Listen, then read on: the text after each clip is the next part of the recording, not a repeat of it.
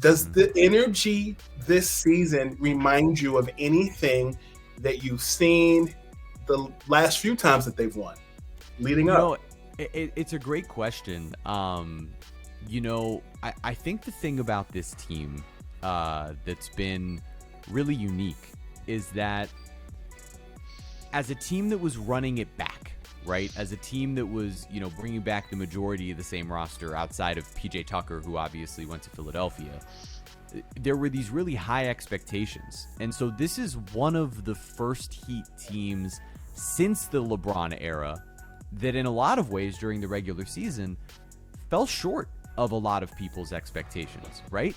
You look at what the Miami Heat did in their first year with Jimmy Butler, in the NBA bubble, and we all know about that run.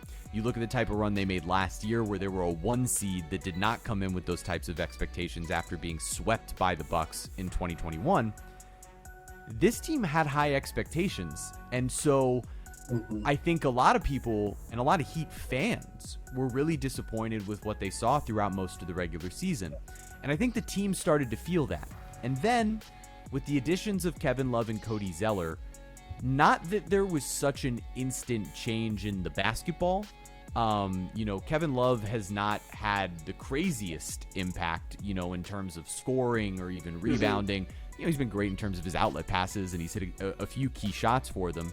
And Cody Zeller's played, his handful of minutes here and there, but Kevin in particular has brought something so special to the locker room, this bridge between maybe some of these guys who, the redundancy was maybe getting to them.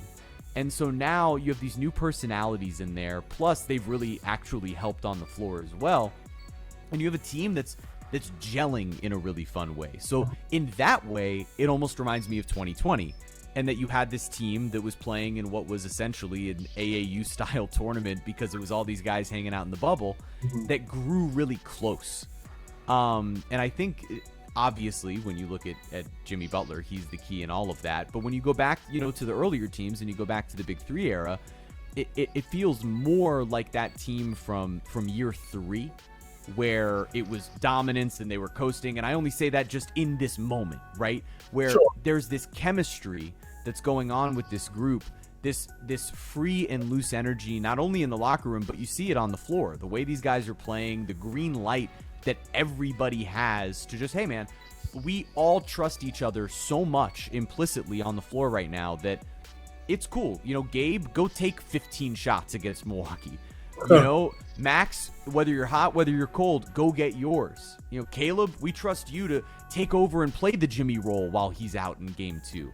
And I think that level of implicit trust in each other does come from the chemistry of having made now a few runs together with the core. And in particular, this entire group made a run to a Game 7 of an Eastern Conference Finals last year. So that confidence and that camaraderie, I think, has really been amazing for this team.